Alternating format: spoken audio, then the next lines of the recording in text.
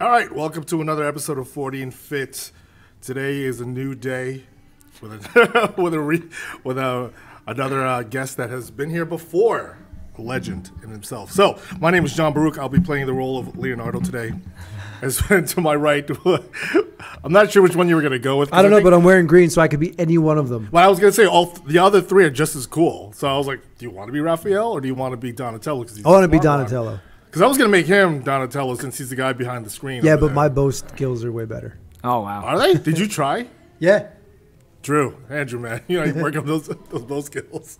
We got, to my right, Dave Kalari, the man in the chair. And to my left, another recurring guy that has come the second time around. I wasn't here for the first time. Part two. That was Cliff.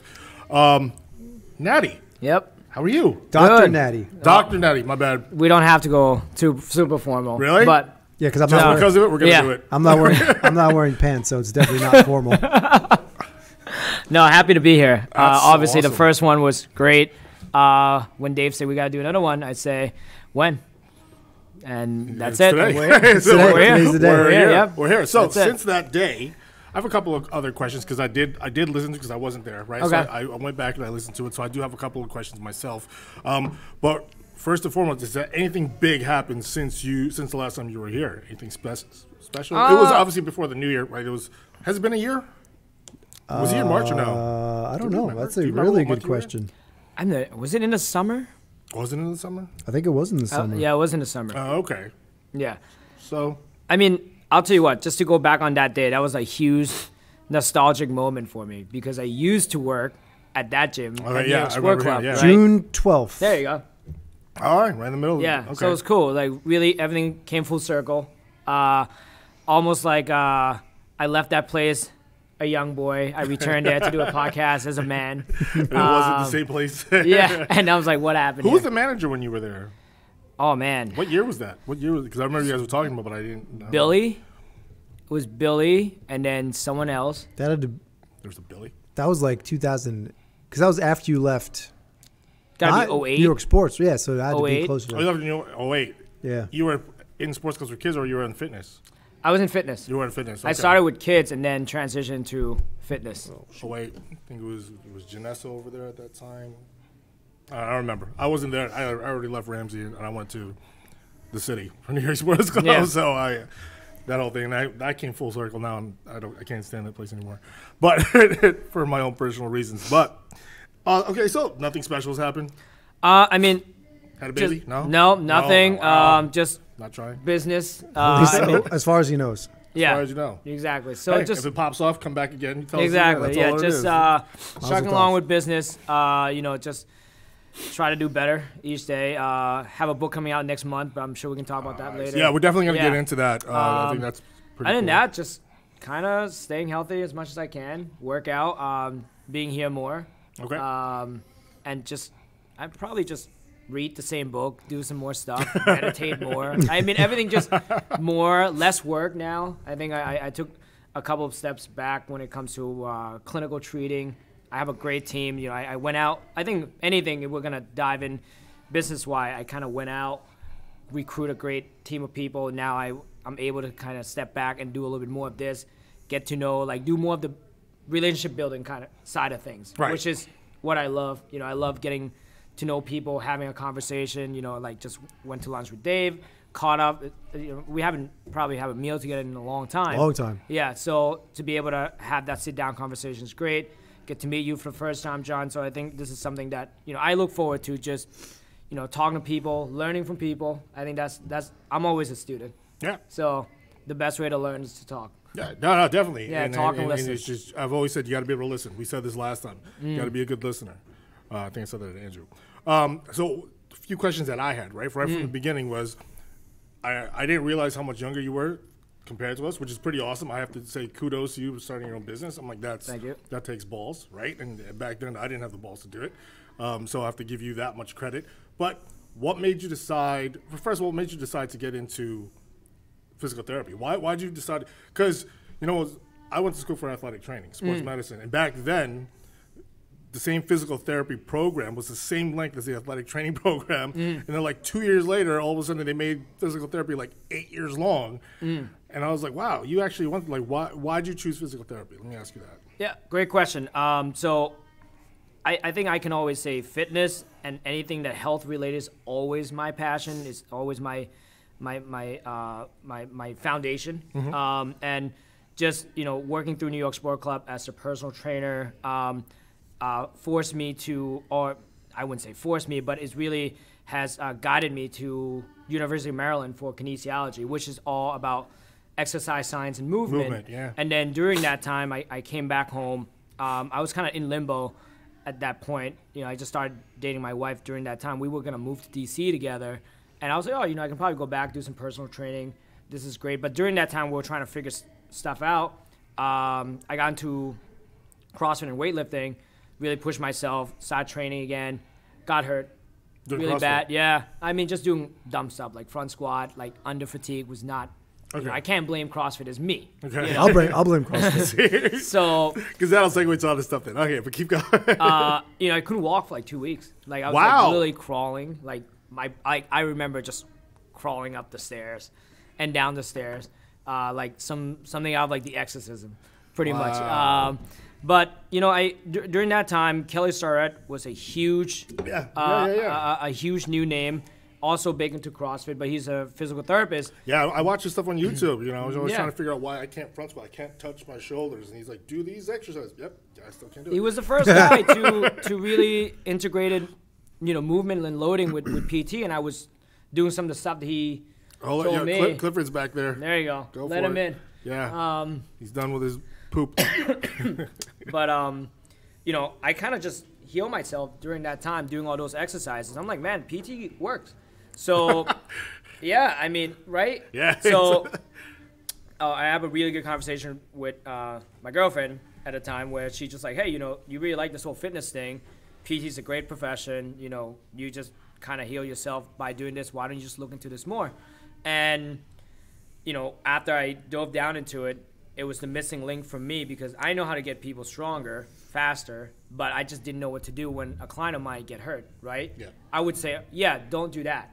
But then that's not a really good answer. Right. And during that time, honestly, looking back, I didn't even send people to PT because I didn't even know what it was. And then as PT, they're already doing personal training. What's happening? Exactly. Well, that was a question I was going to have that I wanted to go into also because that always bothers me. Yeah. That one we can talk about. But just because of that, that kind of, I'm like, all right, let me just look. Let me just apply. There's a school, Dominican College, right down the road from where I live. You went to Dominican? Yep. I did too. There you go. Yeah. I got my doctorate at Dominican College. Yeah, no, definitely didn't do that. It was a weekends program, and it was 10 minutes down the road. I thought I was going to say it was 10 minutes long. No, wait. Definitely not. 3 years long. But it gave me the opportunity to still work and like coach CrossFit, coach weightlifting, still do personal training. So I needed to work in order to pay for my school. And what was cool is that I was able to use what I learned in school and apply it to my clients then. So now I'm like, all right, so if someone's dealing with some sort of low back pain, knee pain, I can do some stuff I learned at PT school, apply it right then and there, see if I can make it different.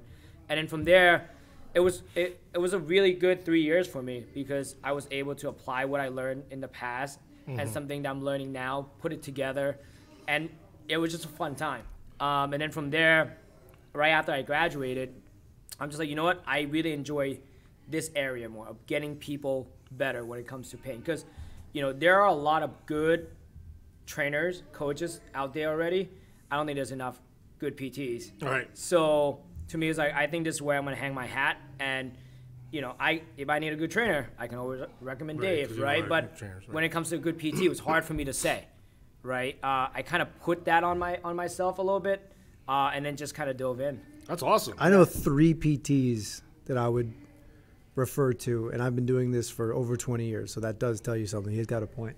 I don't know enough people who come at it from the standpoint of someone who's active and trying to be fit and understands getting fit people back to being fit. Yeah, no, it's I have one physical therapist that he's not even a physical therapist. He's just someone that works with movement, getting you back into movement. That I would recommend over everything else. Like I've worked in physical therapy as an aide, and I was just like, all we're doing is doing the same exercises, dead bugs, dying bugs, all these. Yeah. I'm like, how does this Bed even bugs. up? Yeah, there you go. Do bed bugs over there. Clamshells, leg lifts. Like, how does this apply to your shoulder? Like, I don't understand how this whole thing works, and that's what bothered me. I'm just like, I don't get it. Like, why do people love this? And like, that goes to another question: is with the personal trainers, I kept hearing this over and over again. With these clients, they always wanted we would recommend personal training. They're like, I don't need a personal trainer. I have the therapist. I was like, but therapy is not the same thing. At least this therapy, because this is where you're sitting there and they're doing your stim, your all this other stuff. And I was like, you're not improving yourself. And so why is that? Like, why is that stigmatism out there? Like, why do trainers and why is there so much of a clash? I think it's just old school. Or why do clients? Yeah, that's new what I was gonna school. I mean, before I applied to PT school, I was also working as an aide just to kind of see how I like it. And as I was doing that, I was always, and I quote this, like, as the exercise guy, right? So I would tell therapists, like, hey, maybe this is too easy. Can we make something harder for this person, right? Because there's always this line, this division for PT and even strength coaches and personal trainer. And either way, like, it should be a Venn diagram where they all should interlap. That's how I usually say they all should intersect one another. But before, it's like, oh, why don't you stay in your lanes and let me do this, And again, when you get to a certain level of academia, there's a lot of ego. Like, listen, I went to school. I know what I'm doing. You should just do your thing. Let me just do this, right? And then with a lot of ego, you really just are just being very close-minded. And I'm just very fortunate to, again, have the exercise background that I have, listen, I've never done legs ever before until I met Dave. And then now, like, I do legs 3 times a week, right? 3 times a year. Yeah. Yeah. Before, it was none, right? But to my point, the field PT is very behind. And that's why I say, hey, this is where I need to be. It's not progressive enough. They do the same exercise over again. People are just very afraid of change. And you know what? They spend more time arguing about each other. Like, you go on any PT forum, like, everyone just, like, contradicting each other. Like, should we do manual? No. Dave texted me one day. It was like, oh, there's a huge debate on ice, this and that, right? And I say, people have a lot more time on their hands, right? Rather than going out and then do something that it will be beneficial to your clients, you're spending more time fostering your own ego. Right. So I think that's a big thing. And most PTs are not movers themselves. Right. Like, you don't see PTs that are in good shape. Now, like, the new age PT, like, they're, like, big into exercise. Everything is movement, right? Everything is all, like, everyone is back squatting, everyone's deadlifting, right? Everyone's doing sprinting stuff. But before, never heard of. Like, my first job, I had a girl who was 5 months post-op ACL. She's going back to play soccer. And I was like, all right, listen, we're going to test your strength today. Let's load up some squat. Let's see what yours, like, 6 rep max is today. As we're loading it up, she's, like, killing it. And she's, like, getting amped up.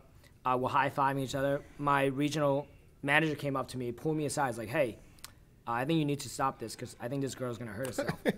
And that was what did you say to him? Her? Or her?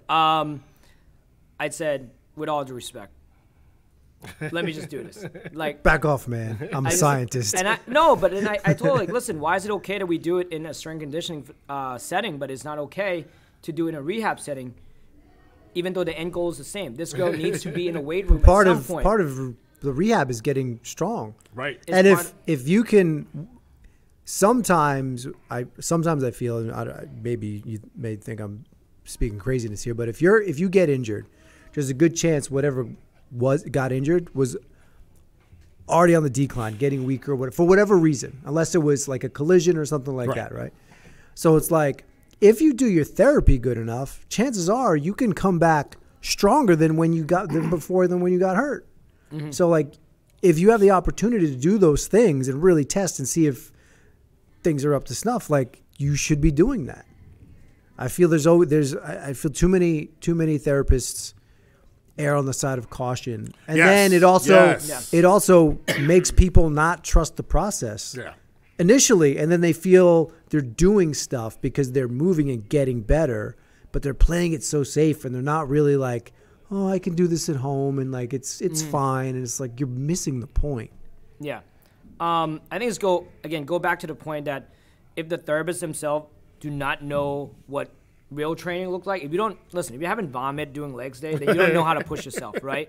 And I tell my kids all the time with ACL, like, listen, man, like what I make you do, I went through it. Like I know how shit is feel. Like I know tomorrow you're not gonna be able to walk. The second day you're gonna waddle, and then the third day you'll be fine. Yeah. Right. But that's to Dave's point is there's not enough resiliency when it comes to PT. And again, to his point, most people get injured when it comes to non-contact. At least is they're not moving enough, they're not strong enough, and they're not taking care of their body. Right. As far as sleeping, nutrition and all of that. Right. Recovery, so rehab, right? Yeah, and that's all it is. And part of my brand, my clinic, we have the system that we developed was the first thing is recover, right? So get people out of pain, find the root cause, right? And then the next step is rebuild. And the rebuild that's where we get people stronger. That's when we actually push them. That's when we test them to see where they are. Most people have never been tested before. And that's why when things happen, they don't know how to handle and their body just kind of failed them, right? So the rebuild phase is just to build that foundation, make it longer, make it bigger. And then the last step for us is redefine.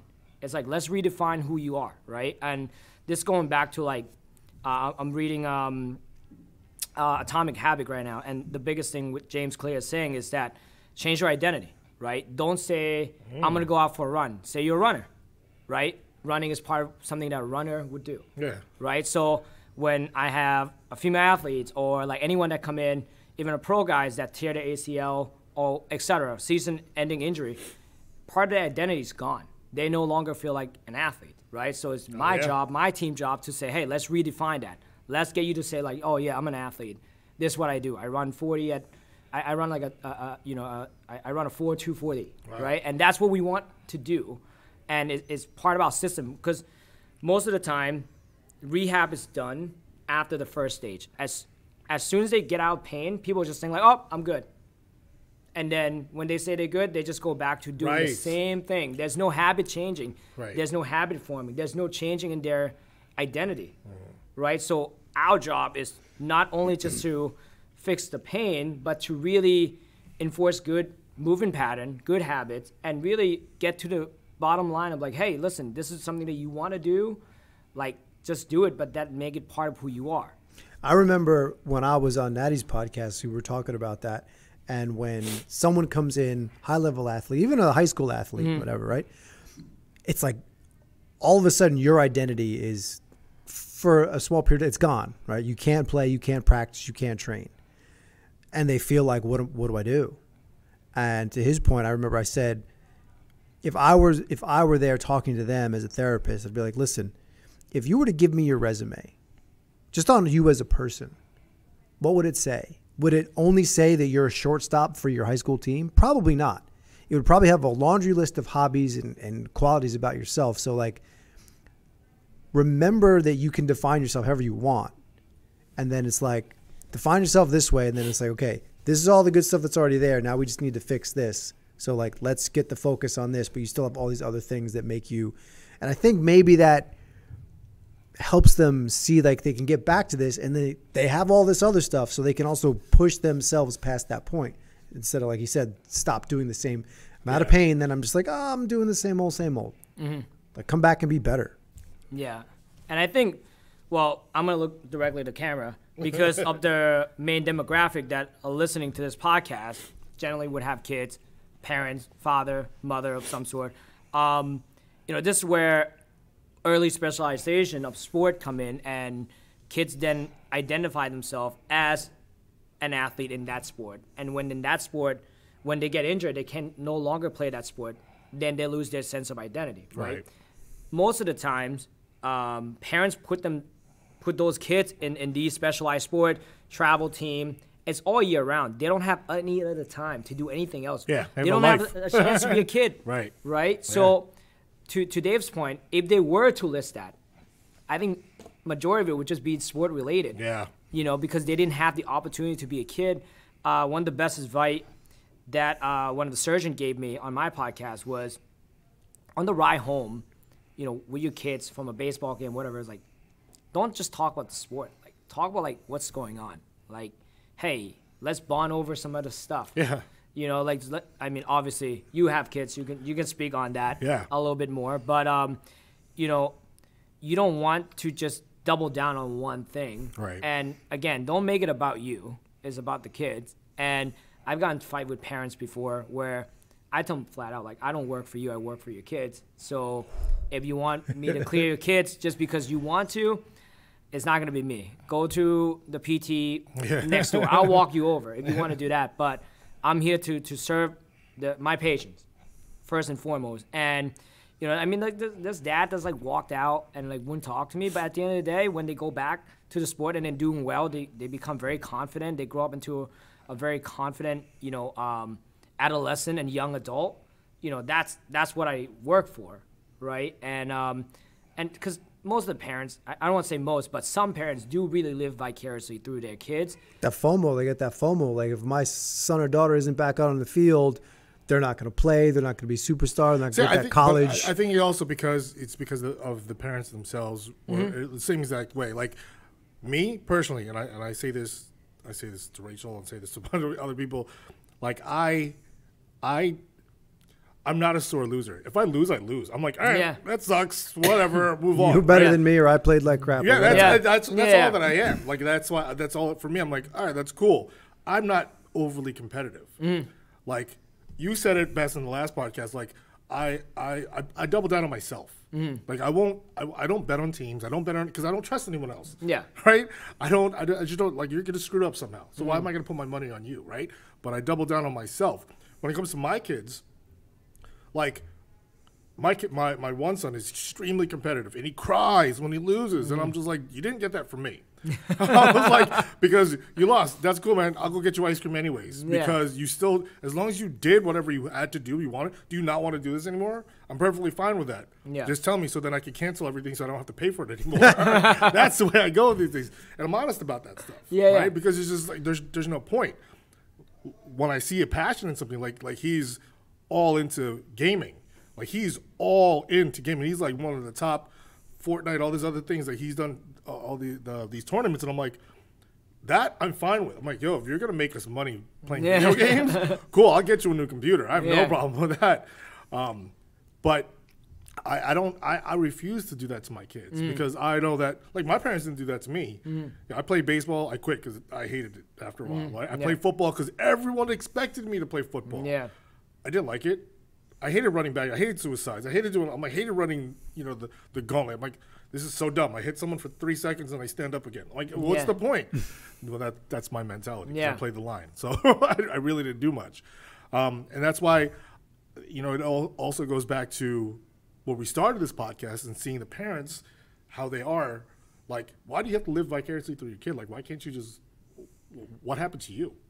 Right? And I said this, like, wow, you look the way you do and you're 40. Like, dude, why do you look like you're 80? Yeah. Right? and that's where I kind of throw this. I'm just like I feel bad for myself because I got out of shape. But I'm like, man, I don't want to look like you, bro. Like this, you can't even run after your kid. Yeah. Like, don't put that on your kid because you can't keep up with him.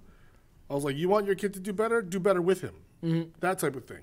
Go stand next to him. You know, throw the ball with him. Run with him. See how you can handle it. They're kids, man. And I appreciated that when you said that. I was like, dude, on point. You got it, man. You got to double down on yourself. You got to do it also. Yeah. So that was a huge thing. That's a huge thing. This random question because of your thought process on how you're running your business, right? We said earlier we don't come across a lot of therapists that have your vision, right? How do you come up with a team? Like, how do you what are you looking for when it comes to your staff? You said you built this team, this staff. Like, do they all have the same mentality or? So let it be known, though, this is kind of team number 2. Well, no, I knew that part. Yeah. So I'm just like, so did you just randomly pick some people that were therapists and like, hey, you got a degree? Can you keep up with me, type of thing, or what? So, what do you look for then? How do you do that? So from the beginning, right? I knew what I want, and again, just. With anything, I think, in life and in business is that when you first embark on a certain journey, you have an end goal, right? And as you do more and more, you realize, like, all right, how realistic is that? You know, I'm a dreamer, for sure, I can come up with vision, I can do all this stuff, but what I'm not really the best at is come up with a plan, execution, and follow it through, right? So now as I get more seasoned into this, I'm like, all right, well, maybe that's overly ambitious and is not real. Here's what I need to scale down. Here's what we need to fix first. And, obviously I have like coaches that I work with. I'm in a lot of business group. I have tons of business friends I talk to. And I'm just leaning, again, talking to people that been there before, learning from their mistake and what they have to offer. But in the beginning, it was more like, hey, like my first therapist, Matt, he's awesome. He was a student at a clinic I used to work at, and then we reconnected, and he was thinking about coming back. And, the first thing I look for is characteristic, like what kind of person they are. Would I like them, first of all? Like, are they genuine? Do they care about other people? To me, the best ingredient to be a good human being, a good therapist, is how much do you care about your patient. I don't need you to be the smartest. I just need you to care more. And that's always my formula. I'm never the smartest guy in the room. I don't know everything, and I'm very open with that. I'll tell my patient to the face, like, hey, this is not my jam. I'll figure it out for you. Like, I know people I can call, but I don't think anyone's gonna care about my patient more than I do. And that's to me, like, I take that with pride. That's the first thing I look for, someone that really care. And then, obviously, when we're smaller, you kind of recruit people based on who you know, right? You're like, oh, so-and-so did this before. All right, I need to get this job done. Let me just fill the seat and do this so I can go up and do this, right? And as we get bigger and bigger, the vision become more clear to me, right? So again, I have this big grand vision, but it was like a little hazy. But now I can kind of scale it back. When you go get your eye exam and they give you like that little test where you look at the little red barn and they're like, oh, how does this look? Yeah. Right? You can tell it's a little barn. It's the same thing. So my vision in the beginning was that barn, but I couldn't see it. Oh. So as I do more and more business stuff, as I make more mistakes, as I learn more about myself and anything, then it's become more clear. And then as I'm getting more clear, I know what I need to do. And then, as things get bigger, we need to keep people more accountable. People need to have the same core values as the company. And when I think every business has a point where they have to reassess whether the people that you have and your current staff will take you to the next level, right? And that's, again, just like looking at yourself in the mirror too, in a way where like, all right, what am I not doing? And what can I do better at? So, because everything in the business fall on me, because at the end of the day, I made the top line decision. Right. These people are there because I put them there and I hired them, right? So when things are not going well, it's all on me, right? So I have to admit, A, I made a mistake first, and B, how do I rectify that mistake? And how do I have a hard conversation of transitioning forward and getting someone else in the seat, right? And all that is just a huge growing moment in anything. It's just like having a hard conversation. And as I get more clear in my vision, I know what seat I need to fill and the kind of person that I have, some sort of idea that I need. Again, not clear. And then you go out, you fill it, and then you then look at it again 3 months from now and say like, oh, all right, maybe I need someone in this seat, but stronger in this because it's what we're lacking at. So it just, you go out, you find something, you make mistake, you reassess, and then you try to go out and do it again. And then now, like the team that I have now, obviously I told Dave that like we just have one original member from the first team. I was going to ask you, how long have you had the first practice?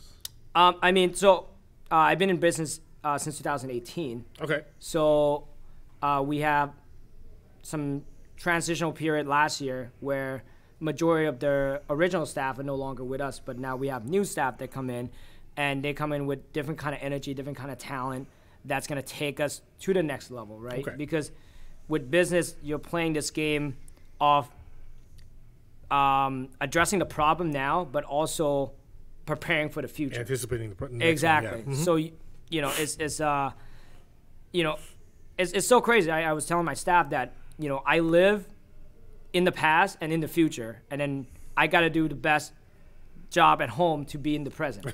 So like, I have to meditate twice a day to make sure like I'm in the present.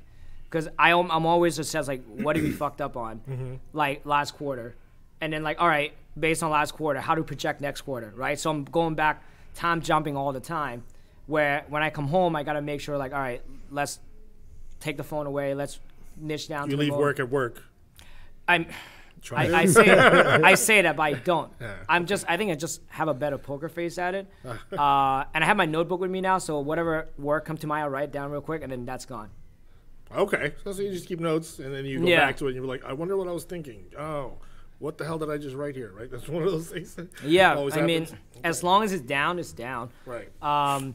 But yeah, to answer your questions, just go out and try to find someone that fit the culture, someone that will re-energize me, and also re-energizing the patient. Really, like the whole point is to serve the patient and people that come in. Like, you know, what we're trying to do, and the vision is to be a very boutique space for physical therapy. You know, our tagline is to make sure we put the word care back in healthcare, right? And I do that every single day. How do we answer the phone? How, like, you know, my girls up front, you know, their job is to put a smile on someone's face on the phone. Mm-hmm. And I keep it very simple. That makes sense. Yeah. We were always New York Sports Club actually taught us this at the front desk. Smile before you pick up the phone, because you just sound happier. Yeah. Over the phone, which that for some reason that's always stuck in my head, and I do it all the time. Yeah, I mean, big corporate stuff gets a lot of stuff right. Yeah. Like, I mean, I'm looking back and I'm like, yeah, like they do maybe 80% of stuff really well. Yeah. I think maybe where I think you can probably speak on just more where they go wrong is maybe a lot of bureaucracy, things not moving enough.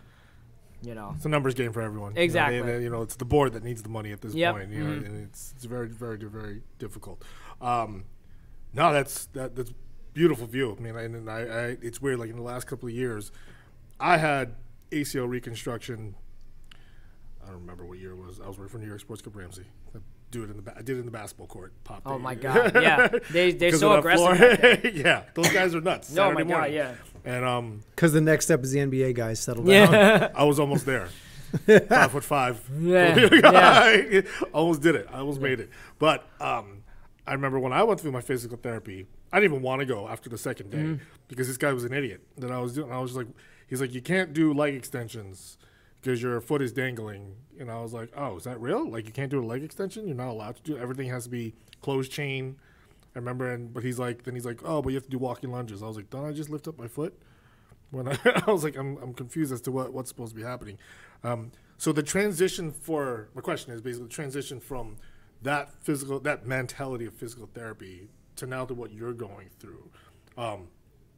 How do you see that getting bigger, like that vision of more personal, I don't want to say more personal training, but more fitness involved? Can we say that's what it is more so? It's more fitness involved rather than therapy, like getting more to movement 60%. driven, I would say. Yeah. Like it's amusing to me how it's ever evolved, and it keeps coming back to my head that you coach CrossFit, right? And Dave does not like it. Let's put it that way. He's not a fan. How do you see that you're getting more? Like we've had people on the podcast that that have more patience because of CrossFit. Do you see yourself having more patience because of CrossFit, or do you just make CrossFit easier? Can you how does that translate to you? Castro was very upfront. He was like, that's what I was talking about. He was like, I'll say it. He's like, I got a lot of patience from, but again, it's some of that doesn't come down like the modality. You have the modality, then you have the people who teach it, then you have the people who teach it. That's what it seems like. It's more of because you get the WODs online. Right? Like, I don't know if it's the same thing anymore, just because of the whole Dave Castro thing. But yeah. So to Dave's point, like CrossFit is an affiliate, so each one is individually owned, and the program's different unless you go to CrossFit.com, which is where you get the program. I think I'm fortunate that the CrossFit owners that I have worked with or coached under been very good with programming. Yes, are there going to be yeah, of course. Like when you put a group of human beings who rarely move and now you introduce stimulus to them at high intensity under time domain, something's bound to happen. But at the end of the day, it's all come down to the lack of internal communication. Like people just have that disconnect when it comes to their body where, like, listen, we all been in the field where, like, all right, if I move my shoulder this way, it's not going to feel great. Right. Where the general population would be like, well, my shoulders I've never been moved that way, but fuck it, I'm just gonna try it. And then that's where the injury happened, where, you know, and with the injury is always twofold. Like it's lack of awareness, and you know, lack of oversight. You know, so if you have a place that has good oversight, with good coaching, and really educating their clients on like, hey, here's how you should feel on the exercise. Here's what we're looking for. See, that's the difference, right? And then really breaking down the workout strategies. Say, hey, if you feel this way, put the barbell down, take a break, and then do this. Hey, I know the clock is running, but don't look at the person next to you. Let's just kind of focus on your own self. Like, for majority of my business, I was under a CrossFit gym at CrossFit Roseland. Oh, okay. Fantastic owner, great head coach. Mark Kwan is he was a wide receiver for Clemson. Oh. And then he's a CrossFit Game athlete. You know, I've never seen such superb coaching. And then before that, my buddy Andrew had his own CrossFit gym, which is no longer in business anymore. But we were very weightlifting focused, so we're very like technically driven. Mm-hmm. So I think because of those two environments, yeah, I mean, there are people, like, things happen when you push yourself, right? When you go for a PR, there's always that risk and reward, right? Yeah. If you want to go for a PR, you're going to have to take that risk. There's that one chance. Hopefully, you're resilient enough, that's going back down to it, you're resilient enough that you can overcome that weight and walk away fine, right? But there's also that chance that you're going to feel something, right? So with the population I work with and the CrossFit gym I'm associating with, I would say I was at CrossFit Roseland for 3 years. I can openly and confidently say that the injury rate from when I was there to the time that I left was definitely lower. You know, I have great relationship with all the coaching staff. We bounce ideas together all the time. Like, hey, or for example, someone comes see me as a patient, I would say, hey, let me tell the coach, hey, can you scale this workout for so-and-so? Hey, here's what I'm looking for. Let me know what you see. Again, it's going back to no ego, right? Mm-hmm. So that's why we thrive in that environment really, really well. And my job was to go in there as a helper to that business. And I think that's why I was able to grow pretty fast. Yeah. Because, you know, it's not my place of business. You know, my business rely on their business. So I want them to do well.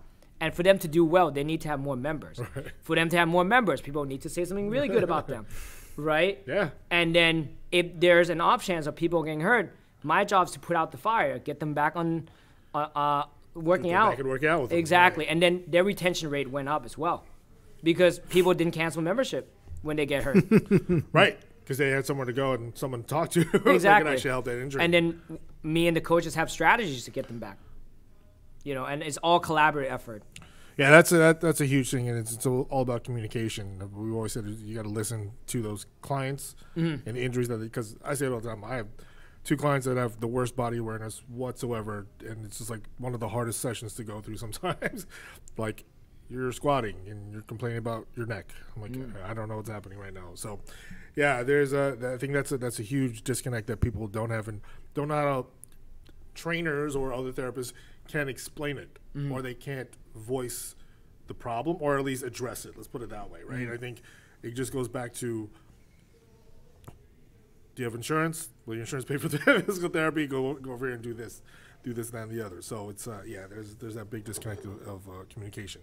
I keep glancing over to your book here. Let's talk about this book. So what do we got going on over here?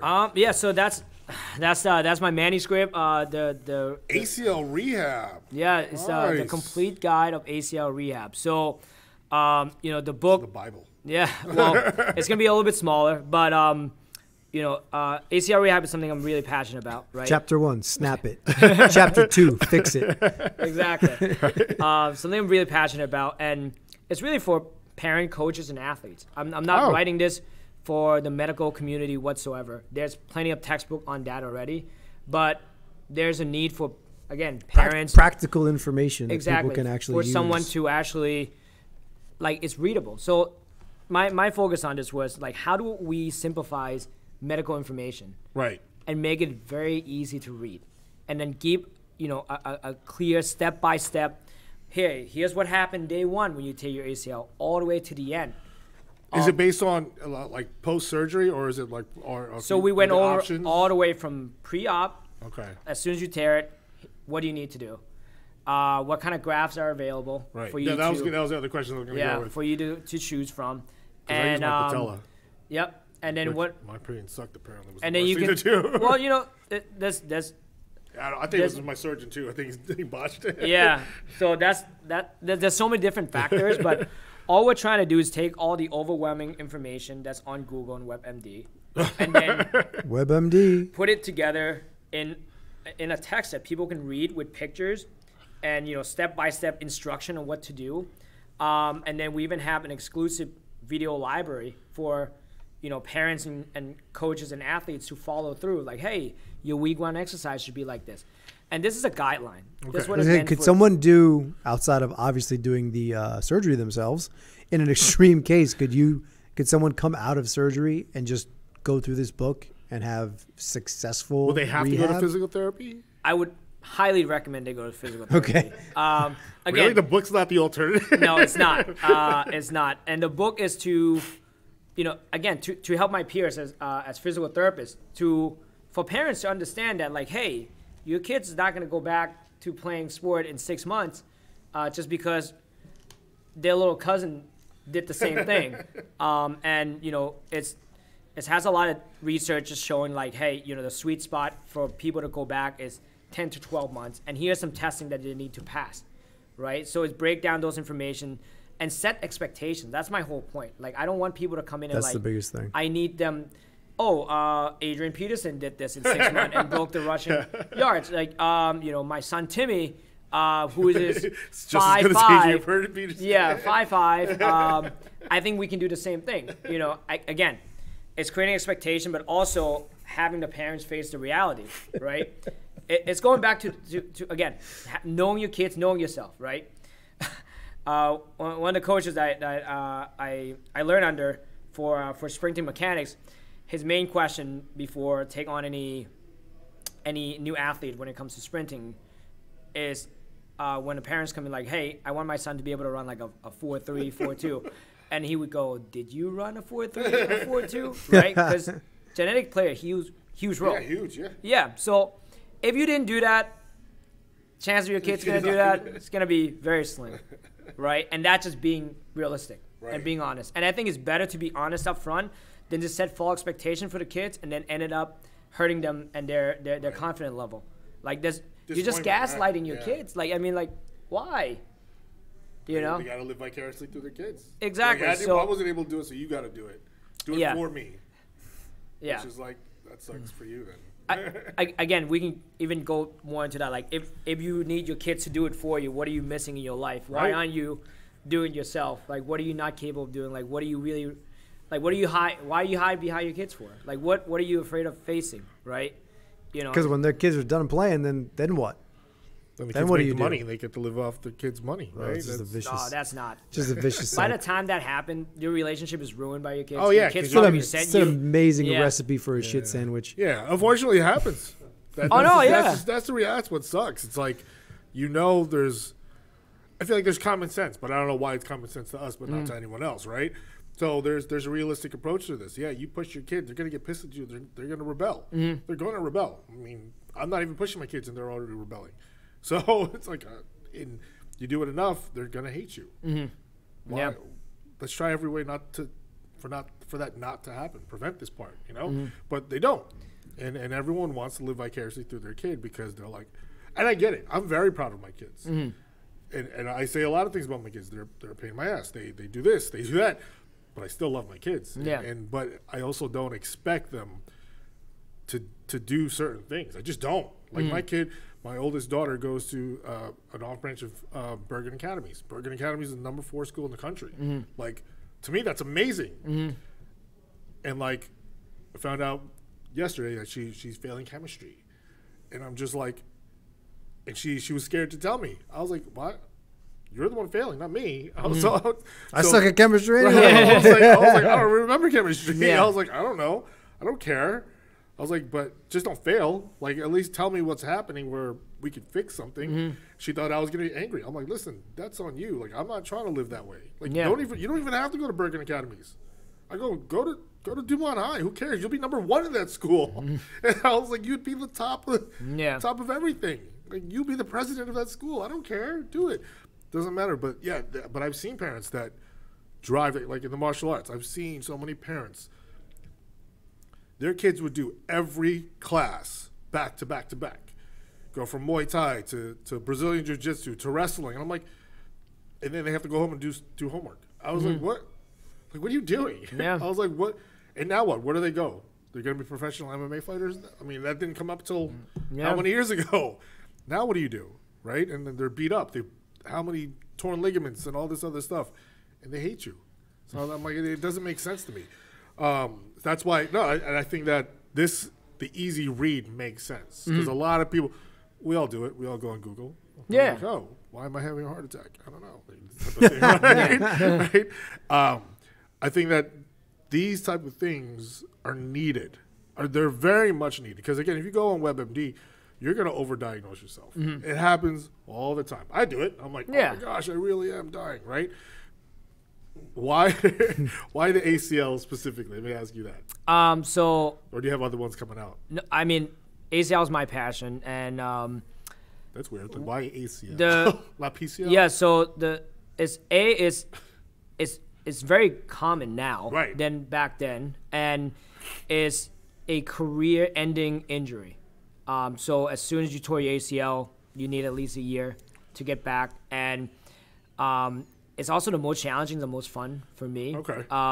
So usually when athletes come in with an ACL tear, again, going back to the identity crisis that they have because they're no longer who they are because the identity of being an athlete being taken away from them.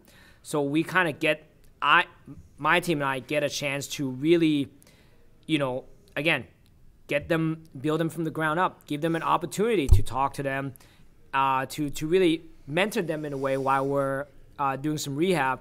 And just showing them like, hey, maybe try some other stuff too while you're doing this. And it gave them a fresh look at life where this is the first time that God kind of gave you an opportunity to have an off season. Yeah. That's how I look at it. Like, it's time to take up some new hobbies. No one's on your back. Your coach is not texting you. You don't have to put that pressure on yourself that your teammates are counting on you because there's really nothing you can do but focus on yourself. Right. And it's the first time that you truly have that quiet moment to yourself and you have to face your own music in a way and then really figure out like, all right, what am I going to do? And it gave them a glimpse of like, okay, what am I made of, right? It's the biggest obstacle that any athlete have to go through. So that's the biggest thing. That's number one. There's a lot of biological but also mental stuff that play when it comes to ACL rehab. Towards the tail end of ACL is no longer biological. It's more mental. How much do you trust yourself? Mm-hmm. Your body just betray you. Do you trust it again? Right? So to sum it up, there's a lot of redemption that go into ACL rehab. And I just love everything about that. Obviously, speaking from my own experience, like moving here, growing up as an immigrant, there's always some sort of redemption for me. Each day is a day to attack something. Right, every Monday I tell my wife, all right, let's go slay a dragon. There's gotta be something, right? And I just feel connected with all my athletes that go through that. I personally have not torn it myself, but I know what it's like to be at the bottom. Mm-hmm. I know what it's like to like be in that dark place and like, let's just find our way back together. Let's just figure this out, and then at the end you'll come out stronger. Just like the phoenix rising from the ashes again. And to another point, it's probably the most misinformed injury. If you go right now, there'll be 10 articles that say you can go back at 6 months. There'll be another 8 articles say you're not healed until 2 years, right? So where is it? And ACL rehab keep me active, man. Like I'm running, I'm chasing, like I'm literally training just to be able to like sprint, like with my athlete, like doing foot race, doing all contact drill, playing soccer with them.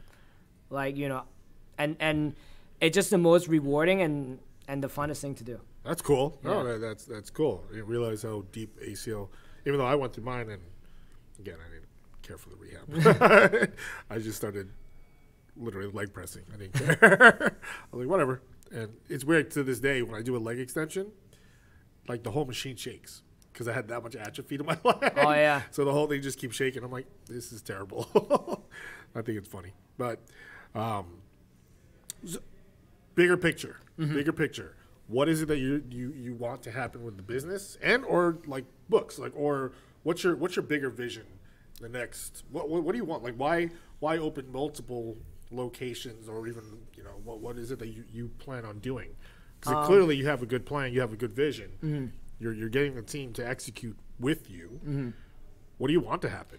Do you want to be like the guru of ACLs, or like guru of well, I don't want to be a guru of anything. I prefer to be an expert. I prefer to know more, and just, you know, I think once you call yourself a guru, again, you kind of put yourself out from like learning anything new. Right. Because you're end all be all. Yeah, exactly. Like I say, I'm always a student. But the overall picture of, you know, Myokinetix, why I started it, is to help as many people as possible. Like, you know, the mission statement for us is to inspire hope, contribute to the health and wellness of people around the world. And, you know, that's the mission I'm really chasing after. And with smartphone, with internet, with all the social media, like, I have a reach all over the world, right? And, you know, just trying to, you know, leave the place better when you find it, and just really try to lead the healthcare in the way I see fit, of how we can be better as medical, in the medical field. The whole point, like, you know, starting with New Jersey, just to have multiple locations in New Jersey, just to give, you know, athletes, you know, active adult access to like superior care. Right. You know, I say superior care not because we're the smartest. I think the superior care come from our touch point, how much we care, how much we spend time. We spend one-on-one with all our patients, right? We want more one-on-one time with, you know, with the therapist and the clients themselves. You know, we want to make sure that when you come in, you feel like you can leave all your problem outside the clinic, and then it's the place where you get 60 minutes just yourself, just to work on you, which is really hard to do.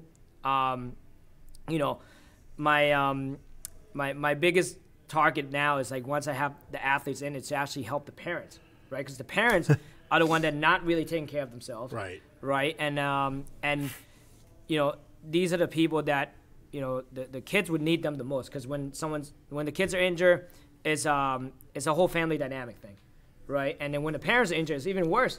Who's going to take care of the kids, right? So we want to build a place where it's good for everybody. Anyone who wants to be active, right? It's not a place where you're going to come in, get your stim, get your hands on, and then just leave, right? Like, you come in, you show up, you're ready to work. Like, you know. Do you do personal training out there too? Like, no. Yeah, my business partner is a strength coach, so he does more of the adult fitness and, you know, the high school athlete and college and pros. You know, again, I think what separates me from a lot of people is that I know what I'm good at, and I like to just be there. I don't try to dabble. I could, but I don't.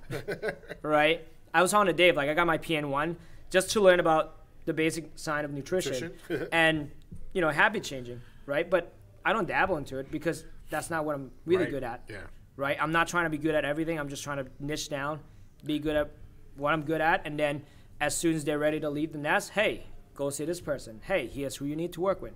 I'd rather be that person that connect, you know, my patient to the right people that will get them the right result. Right. Yeah, no, I definitely, I have that same feeling too. I want to connect people with the right people, right? And just build the right, and just make people better people. Just make them better. You know, that's all that it is. Do you plan on writing more books, or is this was just a first? Yeah. So I mean, this thing is so special to me, just because. How long were you working on this book for? So I spent a whole year on it since last year. Okay. And obviously, I mean, Dave knew me since I was fresh out of high school. So being English is my second language, to be able to, like, this is more like a bucket list for me, like, to be able to say, like, I wrote a book, like, in another language, which is not my origin of language. Right. Even though I'm terrible at Thai, I wouldn't be able to write or read right now. Just to be able to do that, I think is great. And just going back to, like, obviously, you know, people are going to pick this up, they're going to read through it, and they're going to poke holes, do so many different things. I expect that. But then when they do that, they're gonna have to come up with something better, right? And that's how you put the field forward, Right. right? You know, people will make criticism all they want, but all I'm asking is that if you can do better, do better. Well, the thing is, if you're already producing results with clients and athletes off this methodology, it's like, all right. I mean, if you want to talk shit, but XYZ folks are off being all-stars doing stuff. So, I mean, that's how I see stuff like that. If you're someone, as long as if your methodology is sound and you care about the patient, if you're producing results, because you're not going to produce results with everyone the same way. But if your people are healthy and better than when they came into you, like, what's the problem? Like, his method doesn't have to work for Joe Schmo down the block. Right.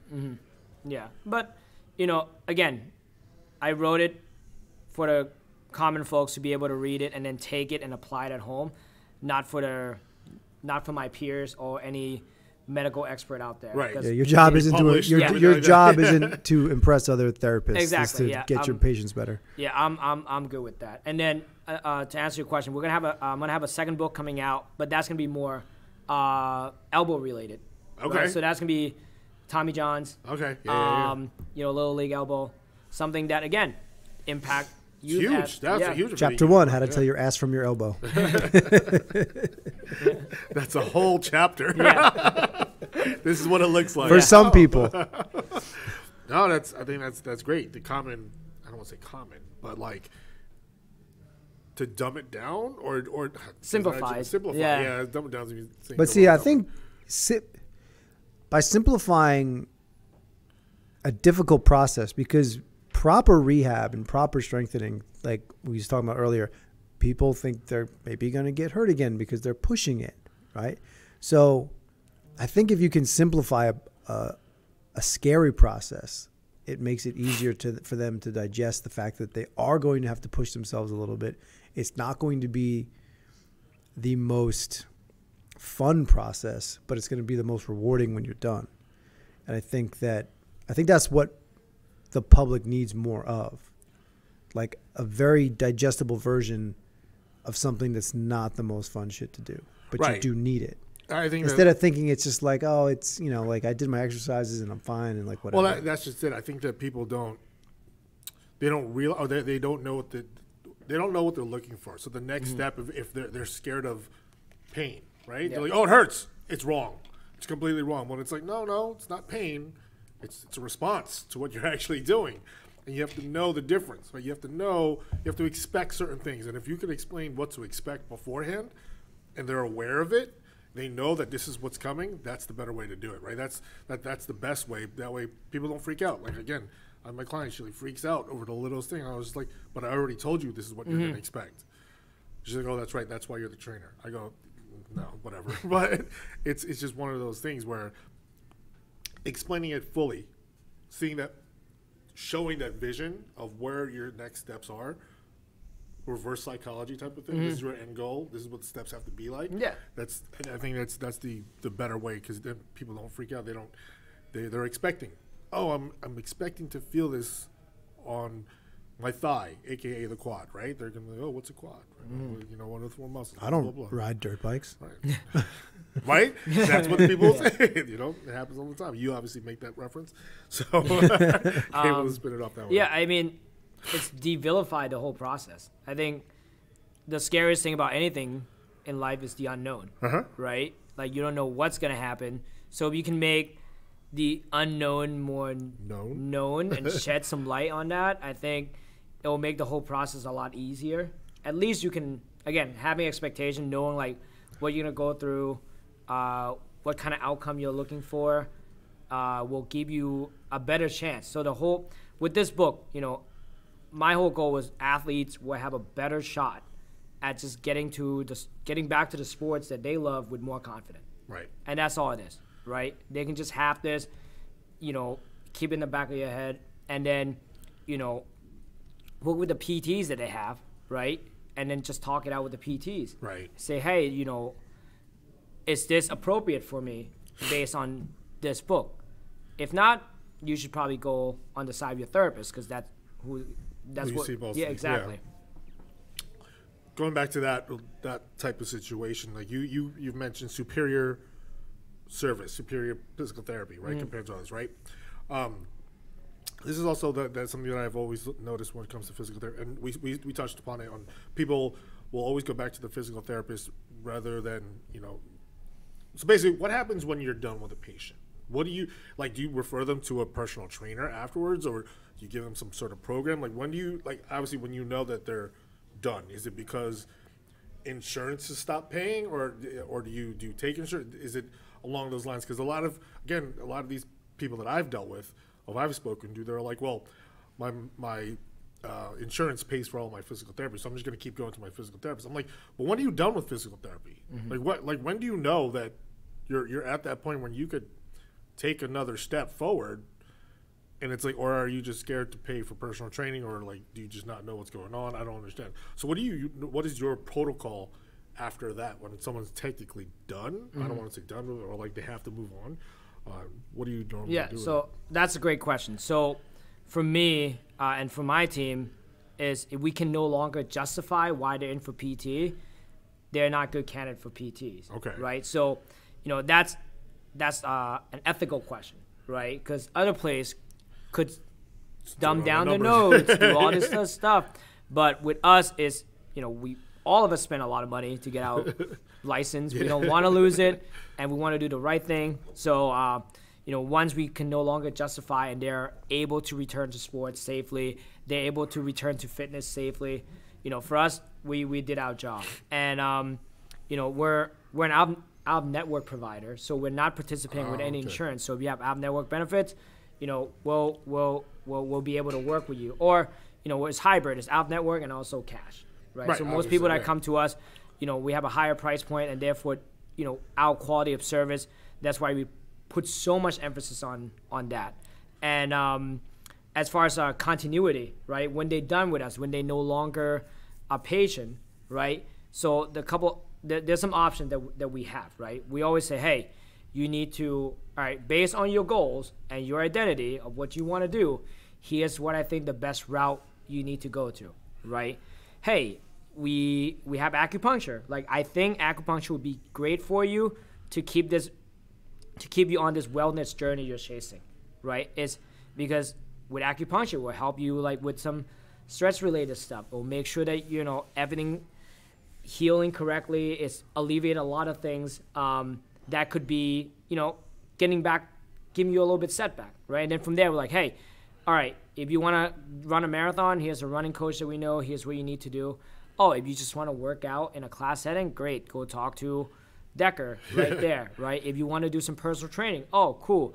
You're in Englewood. All right, go see Dave, right? And it's just based on what their goals are. And usually we have a handful of people who we trust that can say, hey, I think this coach would be a good fit for you. Right. This trainer will be a good fit for you.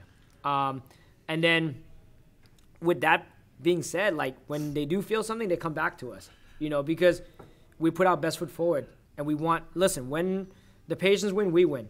And that's the mentality. That's cool. That's cool. Have you ever had a difference when the patient needed your services but would only go with if the insurance would pay for it? Have you? All the time. Yeah. I mean, people come in like, oh, sorry, would love to work with you, but you're not in my network. Totally fine. Yeah. I say, hey, good friend of mine working in network practice, and this one, go see her. Yeah. Instead, granted, she might only spend 15 minutes with you, but that's what you get for exactly for that network. For that. Yeah, network. I mean, the medical system and the insurance system is broken because of that. Well, that was my other question: is how do you feel about that? Because it seems like even all chiropractors that I know, therapists that I know, everyone's just completely pulling out of network now. They're like they just don't want to deal with it because it's not even worth it anymore. They should just go on their own practice and take cash. I don't want to say cash, but take payments, right? Do you see it still going to be part of, like, how they were trying to push personal training to be taken, we were supposed to be able to take insurance 10 years ago, and that never actually happened, right? Do you feel that that's something that's going to, like, deter or happen? Is that always going to be the case? Will there always be therapists, do you think, that only take in-network? Or I think it's going to be always going to be the case. There's going to be a subgroup of therapists like myself who... You have a specific group of guys that... Yeah, exactly. Who, Okay. understand the value we can give to the patient, but also understand our own values as well. Right. I think it's huge. Yeah. That you know your value. That's a huge thing that we push even here with the podcast with Andrew. I've always said this with trainers: know your value. Mm-hmm. Yep. Know your worth, man. Like don't ever shortchange yourself. Yeah. But with being out of network, being cash based, is a lot. It's hard work. Yeah. Being in network, it's the easiest thing because people can just show up to your door and then you just treat them. But then you have to work so much harder. It's volume dependent, where we're not volume dependent, but I have to go out and do more marketing. I have to invest in my team a little bit more. Like everyone in my team has to be world class, right? It's like, if you go to Macy's and you want to get a handbag for your wife for Valentine's Day, or you go to Louis Vuitton, or you go to Neiman Marcus, right? That's the price different. Right. Obviously, the outcome and the reaction that you're gonna get from your wife is also different. That's the kind of service we're looking to aim. I mean, we're not for everybody. Right. And we spend a lot of time making sure that the patient is also the right fit for us as we are the right fit for them. Because I want the patient that we work with to bring our energy up as well, right? I think as trainers, we can all agree there's, maybe that's one client that at 7 p.m. is kind of tough to get through, and and we're trying to limit that because I think they'll be better off elsewhere. Right. And I think that's because you're not getting that type of. I'd like to think that if someone's willing to pay for however long they need to be in therapy out of network, you're probably you're 50% there and getting good results because they're willing to pay their dollar instead of just falling back on their insurance, which they have, knowing that you're like, you know what, this is really worth it to me. So as long as I feel as if you're going to get that, you're guaranteed at least like a 50% buy-in. The rest is up to them. Yeah. It's a commitment. Like you collect the money to make sure you get that person commitment, right? Because they just invested into their own outcome. Yeah, like you're paying for yourself. Really, you're paying for me to help you to be a better version of yourself, right? And like I was telling Dave, like I never look at my my practice as a PT clinic. I look at it as like a transformation center. Like it's my job to get you from where you are to where you want to be, right? You're in here for a reason. Yes, it started with pain, but really, what's the pain stopping you from doing? Right. To being another version of yourself that you wanted to be, right? I learned this from personal training. Like people would come in for what? Because they want to look better, right? Why do they want to look better? Like because they're not happy with what they are. Exactly. So, that's always my takeaway from personal training. And then again, when I was started as a PT, I was like mind blown that people wouldn't pay out of pocket for PT, but they would pay out of pocket for trainer, right? So if I tell them like, hey, I'm a personal trainer, I charge this much. They're like, all right, cool. Hey, I'm a doctor of physical therapy. I charge them. Like, nah, I'm gonna go to my insurance. Right. Like, I was it's crazy. And the one-on-one model, when I first explored into it, didn't exist. So when the place I started my career with, I was seeing 3 to 4 patients an hour, right? We're getting good outcome, but I was just burned out. Right. And it wasn't up to my standard at all. But I just spend more time with my patient. I know I can get them back faster. And I used to get yelled at for getting patient back too fast because they were losing money. Right. So rather than like, hey, good job, this so-and-so got so much better in X amount of visits. Like, hey, listen, you need to tone it down. We need them for an extra 5 visits. The fuck you think this is? We're trying to get people better? Yeah. And it's fine. They didn't use that as leverage. They didn't say, like, hey, look, you should get marketing and get testimonials from these patients. Nope. That's so weird. I totally would have leveraged that and been like, yo, these people are saying that he's incredible. You would just get more people in. Yeah, but the whole point is a volume-based thing, right? So at the end of the day, it's all about like, hey, we spent X amount of dollar to acquire this patient. We need them X amount of session in order for us to make this X amount of profit. And if you discharge them early, it becomes about the numbers and not about the patient. Exactly. Right, yeah. So So it's always profit over people, right? And, you know, so as I was looking around, there weren't anything that's one-on-one. Everywhere I was looking at, I was gonna do a lateral transition. I'll be doing the same thing, just with a different polo on. So, and I was like, you know what? That's when I knew I needed to start something, you know. And that's why I'm like, hey, this one-on-one thing, work with personal training. I'm just gonna do that. Essentially. Yeah. So that's what I did. I just took the personal training model, apply with PT and movement, and then just get good result, and it would just kind of just snowball from there. That's awesome. That's awesome. You know, I have to say, just listening to you, because this is the first time we've spoken, right? I'm very impressed with how you hold yourself and your vision. I'm very impressed by that. I'm very impressed at how you've executed everything in your life to this point. For someone who says he's not that good at executing. Yeah, right? Well, you're good at hiring people, apparently. So that has impressed me so much to this point. Let me ask you this. I threw this question at Andrew the other day. I was like, so if it wasn't physical therapy, what would you be doing now if you didn't have physical therapy? What's your other passion? I think I'll be involved in movement. I'll probably end up like doing some sort of personal training, moving, of some, maybe a boutique gym somewhere. Yeah, you know, yeah, I think that would just. So it's always just about physical activity. Mm-hmm. Yeah, just general health and well-being. And I like to be active. I never want a desk job. That's not for me. What are those? People, exactly. What are these? What is fake? You know, I like people. So I think I'll be doing training. Yeah? Yeah. What are your other hobbies? Did you play sports growing up? Soccer, lacrosse, just for fun. Nothing super competitive. That's a real sport. Yeah. Yeah. Apparently it is. So, but, you know, just, again, working out was my hobby. And my wife and I would talk about this, like, we don't have hobby. I was like, I kind of do. I work out. She's like, that's not. I was like, I enjoy it. I was like, it's a hobby. Right. You know? You're like, you finish that sentence. Backhands are going to be my new hobby. You know?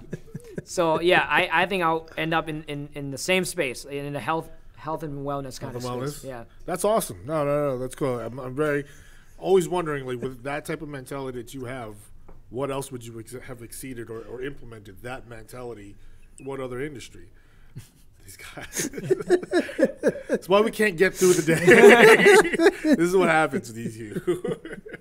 But yeah, you know, that's one of those mentalities, you know, in talking about business, on where a lot of us fall short of, right? We don't have that. We get stuck. I say it. I've said I've gotten stuck. Like, everyone has told me. One thing that Andrew said to me the other day, when I was talking about consulting, he's like, you're already doing it. And then my ex said it to me. She goes, you're already doing it. And I was just like, yeah, I guess I am. Yeah.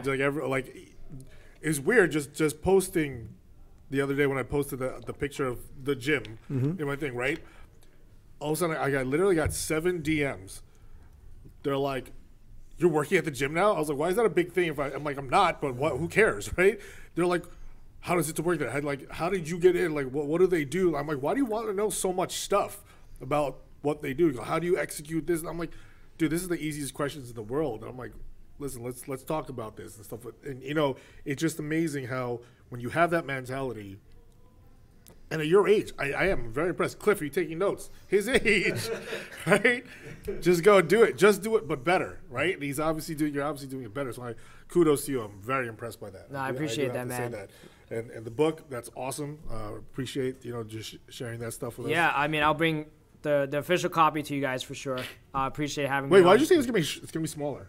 Oh no, so this is just a manuscript. So like we're gonna have like a smaller print, like a legit book. Okay. So that's the aim that I'm going for. And I think just to your point, like back to the consulting things, I think sometimes, you know, you're like, we're so used to doing something so often that you just need someone just to put a label on it for you. And you're like, oh, damn. All right. Yeah, I guess that's what I was doing. Yeah. Like imagine like if you just know how to swim, but you don't know what I call swimming. You're like, I need to learn how to swim. And you're like, what is that? You know how to walk in the water? What's up? You're like, yeah, I need to learn how to swim. And you're like, hey, you're doing it already. You know, listen, man, I mean, just talking to you, obviously you've been in the fitness space for so long. The fact that you post one picture of the gym, people DM you, like, you know, credibility. I mean, credit to you. Like obviously you establish a name within this industry in this area, right? Otherwise, no one's gonna DM you. Yeah. You know, the fact that people slide into you and take the time to ask you questions, it speaks volumes, man. So I think you got to give yourself credit on that too.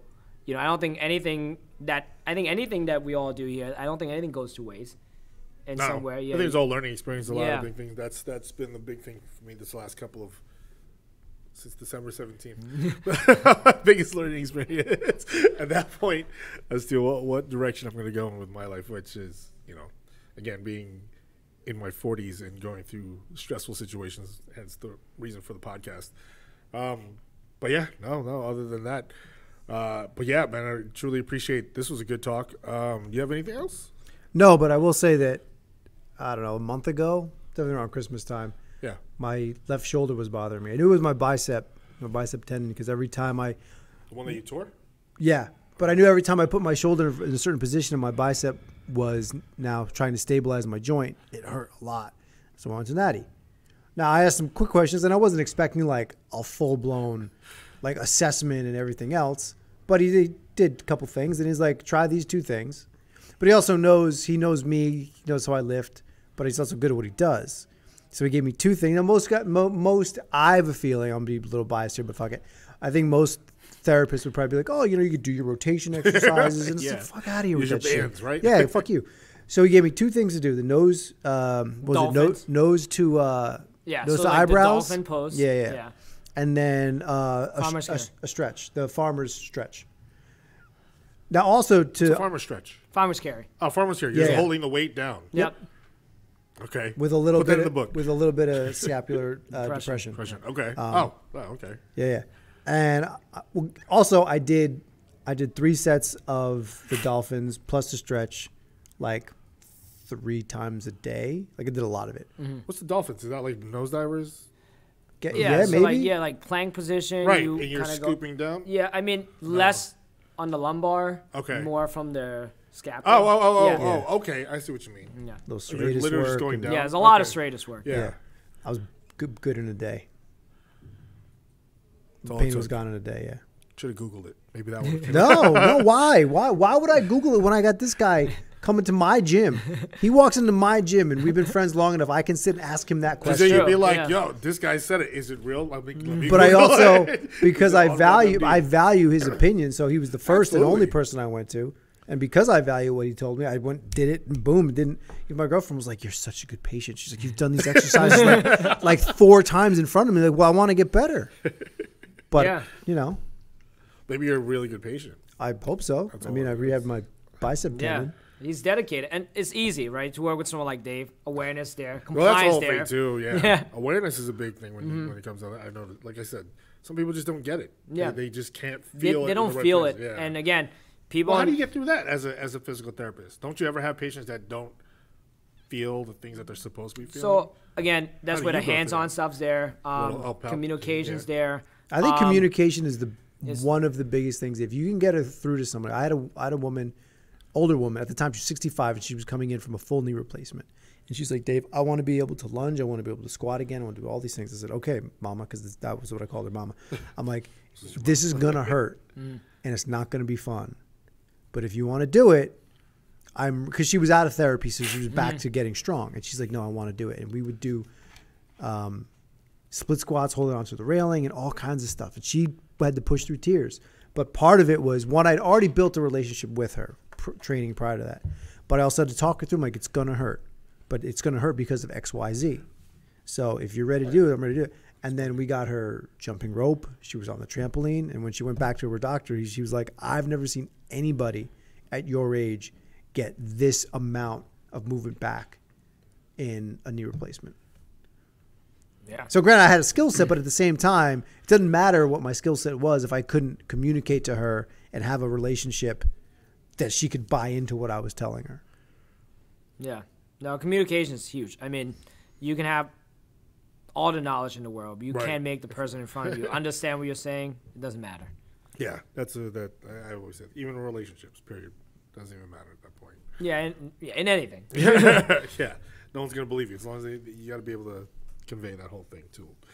But we are coming to a halt at this point. Unfortunately, you got to get out of here. Yep. It's cool. It's fine. Whatever. Some people have wives to go home to.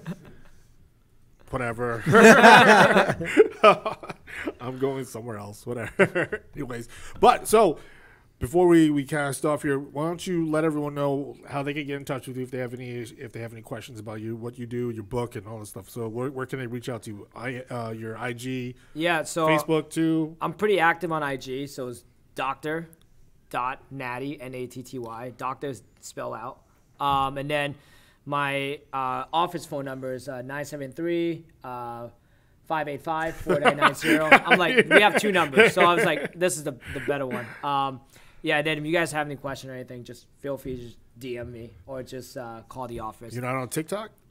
The clinic is on TikTok. I heard TikTok is the way to go for business now at this point. Well, Myokinetix on TikTok. Okay. If you wanna. If you're posting stuff on that. Yeah, we are. Yeah, today is our first day posting stuff on it, so it's good. Yeah. You got to look into TikTok apparently for the podcast. When does the book come out? The book come out on March 15th. When do pre-orders start? The pre-order will be ready at the end of this month. How do they order it? Through Amazon. Oh, you're putting it on Amazon? Yeah, self-published through Amazon. Oh, okay. Yep. Cool. So, yeah, I'll send you guys some information. You can put it on the show notes. We'll post it. Yeah, we'll post it on there. Yeah, I really appreciate that. Oh, that's awesome. Well, you guys have the information. Whenever you have any questions, you can hit him up on IG and check out on Amazon. He'll be posting the book March 15th. With that being said, we are at a close. So say goodbye, everyone. Good night. Good night. Thank you.